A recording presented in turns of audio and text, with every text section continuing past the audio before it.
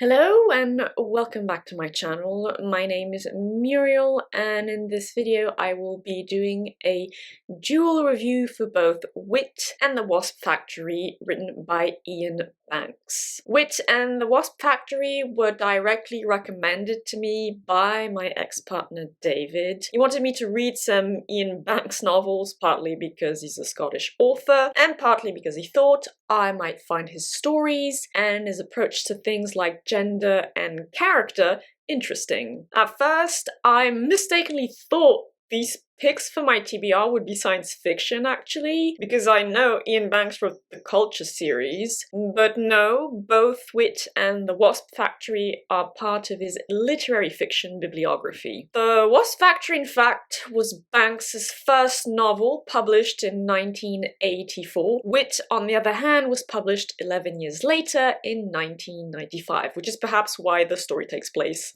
in the 90s. Both novels center on one main character and unique point of view: Isis Whit, a 19-year-old woman in Whit, and Frank Coldham, a 17-year-old boy in the Wasp Factory. This parallel and the contrast between these two characters is in fact part of the reason why I wanted to review these two novels side by side. And the other, quite simply, is that I enjoyed both of them. And now for a brief synopsis for each novel. So Whit tells the story of Isis Whit, the elect of God of a funny and relatively benign little Scottish cult called Luscantarianism, based near Stirling, as she goes on a mission of sorts out into the wide world of Great Britain to find her missing and believed to be lapsed cousin Morag before a festival of love she is supposed to be a guest of honor at. A mystery and family drama unfold as the story progresses, but it is overall a quiet and fairly cozy tale that focuses on the amusing peculiarities of Isis's cult, the situations she gets in, and her thoughts about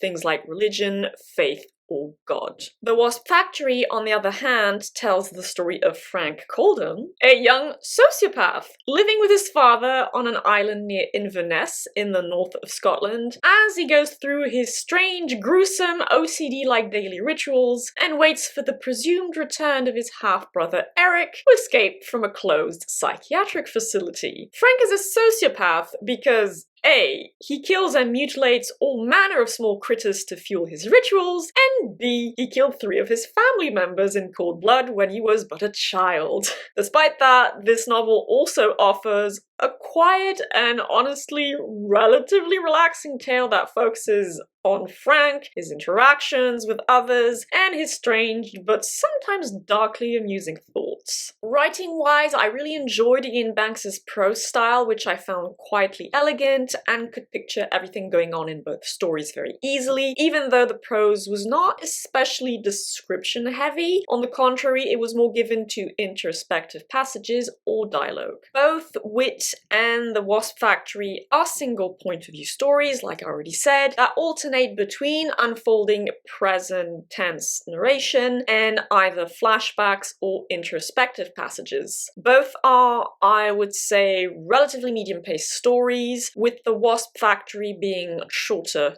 than Whit. Overall, the latter is pretty much equally character and plot driven, whereas the former skews more towards being character driven. Think a 75-25% split rather than the 50-50 one I would give to Whit. Indeed, character is very important to both novels, centered as they are on one first-person point of view, and as such, quite a bit of character development, or at least character elaboration, takes place within both Whit and the Wasp Factory. In both instances, it is also through those main characters' thoughts and introspective segments that the reader is invited to reflect about various ideas and concepts. You will encounter more characters overall during the story of Whit than you will in the story of the Wasp Factory, but the light here definitely shines on its main character, Isis Whit. Isis is a community-oriented, generous, surprisingly resourceful and very intelligent 19-year-old woman who doesn't think twice about accepting her community's request to go beyond the familiar confines of Stirlingshire down to London to find her cousin Morag and bring her back to her community. She sees it as her duty as elect of God,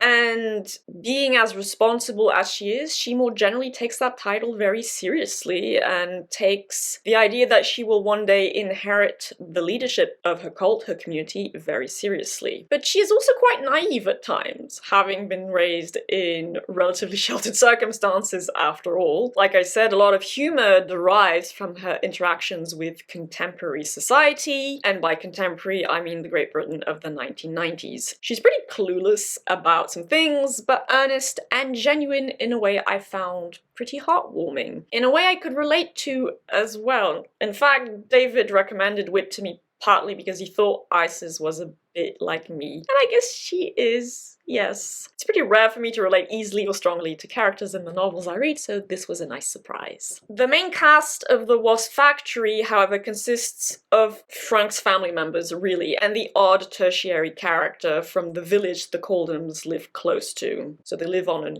island connected to this village. And as with Whit, the light here shines first and foremost, or I really should say exclusively, on the main character of Frank, a 17-year-old sociopath who goes about his days performing shamanistic-like rituals around his home island involving dead animals, animal parts, bodily fluids, and homemade booby traps. Think a lot of DIY explosives, things like that. Frank is obviously repulsive, but also fascinating and a very intelligent young man. And also quite sensitive, actually, in his weird sociopathic way. The observations he makes about the world and human society aren't always objectionable, and his tone always gives the deceptive impression Frank is quite a reasonable young man, especially compared with his brother Eric,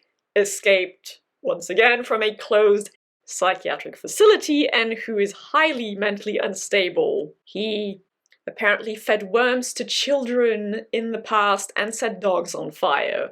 Not good. Not good at all. Frank honestly clings to his routines with an OCD-like or autistic-like level of consistency and precision, and is knowledgeable about many disparate things, thanks largely to his eccentric biochemist father, who homeschooled him pretty thoroughly, and you do learn why he was homeschooled as well. I could also relate to Frank at times, and relate him to David, who was a nerdy and highly intelligent edgelord as a teenager as well. I wasn't specifically an edgelord, but I was also a nerdy and highly intelligent teenager, a loner, a bit of a bad girl without even meaning to be. Anyway, and so I could relate, I guess, because Frank is an intelligent, alienated loner like I was, like David was, like we still are, I suppose, in a way. Certainly not, however, because he, you know, killed people or animals. I love animals, and, well, I'm scared of people, but I have zero desire to kill anyone.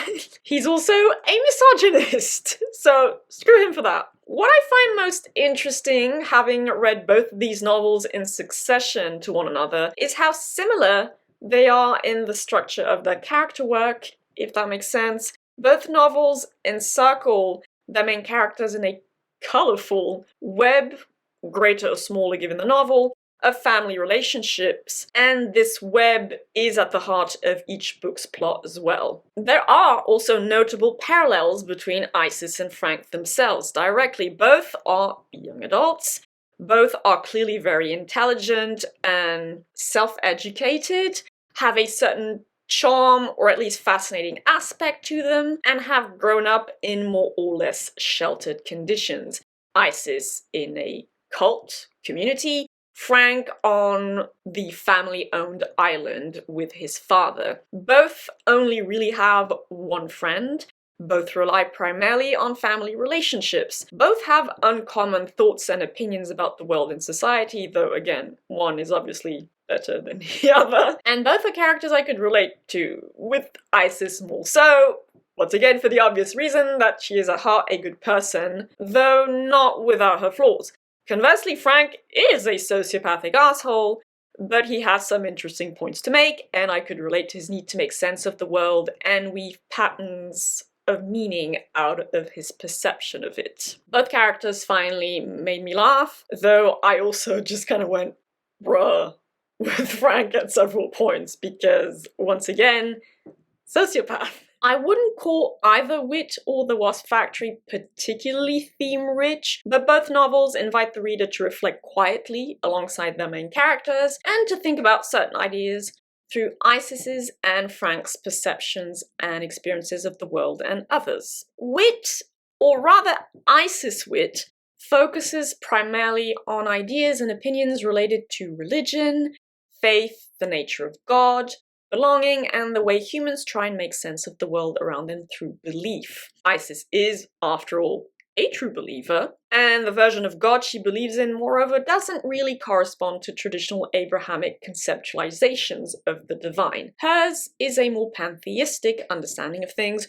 which of course appealed to me because it's very similar to what I believe. The Wasp Factory, or once again rather Frank, focuses primarily, for his part, on feelings of alienation, the experience of solitude and abnormality, and identity in a very specific way I'll get to in a couple of minutes, though early warning, it will be a spoiler. The experience of alienation, deviance from the norm, and solitude are all things I could relate to, as I've said, though once again, part of Frank's own deviance from the norm results from the very negative fact he is a sociopath. Still, he does make astute observations of society at times, which are all the more surprising perhaps because he's lived a pretty sheltered life overall. Here again, I find the parallels between Isis and Frank, their shared sensitivity, and the way this permeates both novels' thematic content, most interesting.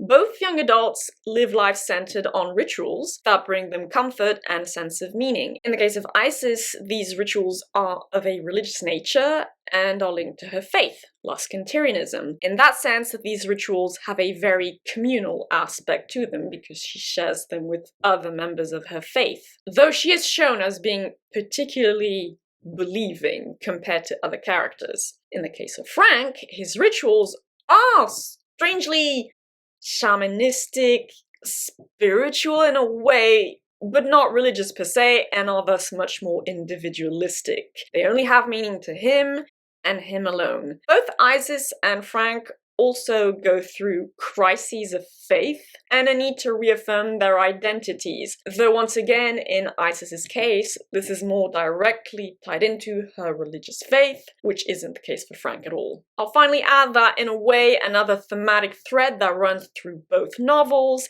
is that of family, and more specifically, what one inherits from one's family, how this affects who we think we are, what we think we can become, and other similar ideas. This is literary fiction, so I can't talk about world building here, but I do want to touch upon setting and plot developments. Both novels are, as I've mentioned before, quiet reads. I found them both relaxing, in large part because of their settings in rural Scotland, which lent a specific atmosphere to both stories I can't actually entirely qualify, but which I can relate to my own personal experience of having been in a love relationship with the Scotsman, my ex David, who until very, very recently resided in Stirling, where I spent 2 heavenly weeks with him in January, a couple of months before it all went to hell, sadly. Anyway, so reading Whit, which partly takes place near Stirling, made me pretty melancholic in that regard, but even The Wasp Factory, which takes place in North rural Scotland, made me ride a pretty strong wave of melancholia, as it made me think of David growing up in rural Aberdeenshire. Those are obviously very personal experiences of those novels' atmospheres, but in this case, I really can't divorce these specific feelings from my review of them. So yeah, they're not going to apply to anyone else, but then of course we will come to literature, stories, etc. with our own baggage, and this influences how we go through that material, so this was my experience. Besides, Whit and the Wasp Factory are also quiet stories to my mind because of their plots, which gently progress at leisurely paces, and which contain mysteries within them. In Whit's case, I'd even call it a relatively cozy mystery, whereas I don't think you can really apply the adjective cozy to the Wasp Factory, though to each their own, I suppose. And like I said previously, both stories get pretty amusing / funny at times. In Whit, a lot of the humor derives from ISIS's interactions with the outside world, as mentioned previously, and from Luscantarianism itself, which as a cult features pretty silly traditions and rituals, perhaps meant to reflect the silliness that exists in many religions when you look more closely at them, actually. Lard and tea leaves are important and are used in pretty weird ways. So is dabbing your forehead with mud from the River Forth. The cult has a local cuisine blending Scottish and Indian influences, giving rise to some peculiar sounding dishes like, I don't know, haggis curry.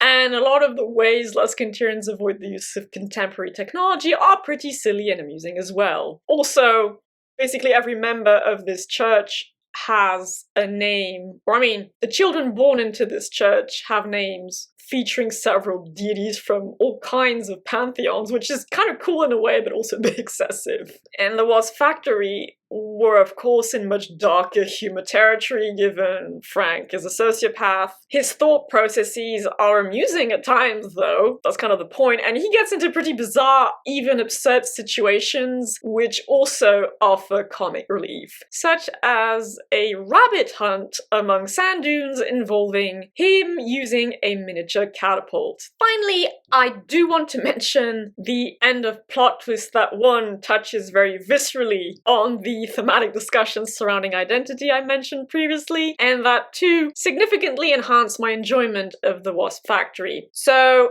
massive spoiler warning for the end of that novel. But so, Frank Colum regularly mentions he is handicapped throughout the novel and that he has to compensate for a lack of manhood. After a while, you discover that his genitals were ripped off by a rabid dog when he was a small child. And he thinks, understandably enough, I suppose, a lot about this. He's also misogynistic, like I said, and so it felt like a magnificent slap of cosmic justice when Frank learns, after a pretty intense confrontation with his dad, that no, his genitals were not ripped off. He was actually born Francis Colum. Yes, Frank is actually a young woman. His dad raised him as a boy because reasons you learn in the novel, and made sure to give his daughter testosterone injections to simulate male puberty when the time came. This is why Frank does have facial hair, an overall male frame, and doesn't have breasts. I don't know. I thought it was just a brilliant twist ending. Though, to be fair, I do think it beggars belief a little that Frank never realized he had a vagina. Like, how'd you miss that for 17 years of your life? But it's not that big of a deal. So all in all, I enjoyed both novels pretty equally. I could relate to both characters, ISIS more so, I do want to stress that, which was a pleasant plus for me. But to be clear, neither of these was amazing either. I rated both with a solid, respectable 6.5 out of 10, and I am glad I read them, even though the fact they strongly made me think of David as I read them didn't really help with the severe depression I'm going through because of our traumatic breakup. More information in my last reading wrap-up if you want it. If you're looking for short-ish, especially The Wasp Factory, quiet literary fiction that feels different and features interesting, to say the least, main characters, I would very confidently recommend you pick one or both of these novels, though obviously keep in mind the whole Frank is a sociopath who does gross things to animals and has killed people thing, if you're sensitive to that kind of content in literature. And yes, I will probably check out the Culture series at some point in the future, just to get that out of the way. On that note, I hope you enjoyed this dual review, and also hope you'll have a lovely day, evening, or whichever time of day you prefer. Do take good care of yourselves. Thank you for your continued support, and I shall see you all relatively soon in another video. Bye bye.